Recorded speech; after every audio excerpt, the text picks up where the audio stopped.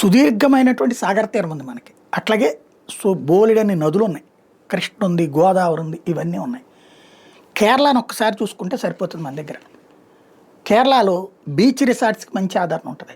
అట్లాగే అక్కడ ఈ హౌస్ బోట్స్కి మంచి ఆదరణ ఉంటుంది. అంటే బోట్లోనే పడుకోవడం, బోట్లోనే తినటం, తిరగటం అన్నటువంటి.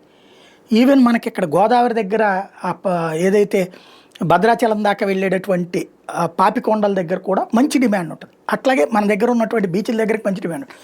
మన రాష్ట్రం వాళ్ళే కాకుండా ఇతర రాష్ట్రాలు కూడా వస్తుంటారు. తెలంగాణ వాళ్ళు ఎక్కువగా వస్తుంటారు, కర్ణాటక వాళ్ళు వస్తూ ఉంటుంటారు, తమిళనాడు వాళ్ళు వస్తూ ఉంటారు. మన మంచి జంక్షన్ పాయింట్. మన టూరిజం శాఖ అర్జెంటుగా చేయాల్సింది, ఎంఓఏలు కుదుర్చుకోవాల్సింది.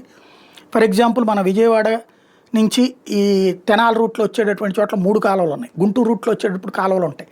అట్లాంటి పంట కాలువలు, పెద్ద పెద్ద కాలువలు ఏవైతే ఉంటాయో వాటిలలో ఈ సరదాగా తిరగడానికి ఏర్పాటు చేయొచ్చు.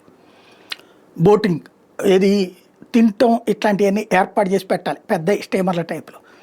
అట్లాగే ఈ నదీ తీర ప్రాంతాల్లో ఆ నదిలోకి మనం కాళ్ళు పెట్టుకుని జాపుకుని కూర్చుని సరదాగా ఎంజాయ్ చేసేటటువంటి విధమైనటువంటి ఏర్పాట్లు చేయాలి. సముద్రం దగ్గర సముద్రం దగ్గర కాళ్ళు పెట్టుకునేటటువంటి విధంగా ఉండాలి. అవసరమైతే విదేశాలకు సంబంధించిన కొన్ని ప్రాజెక్టులు ఉంటాయి, చూసి చేయగలిగితే అవి గనక సక్సెస్ అయితే కేరళకి 10 ఆదాయం వస్తుంది మనకి.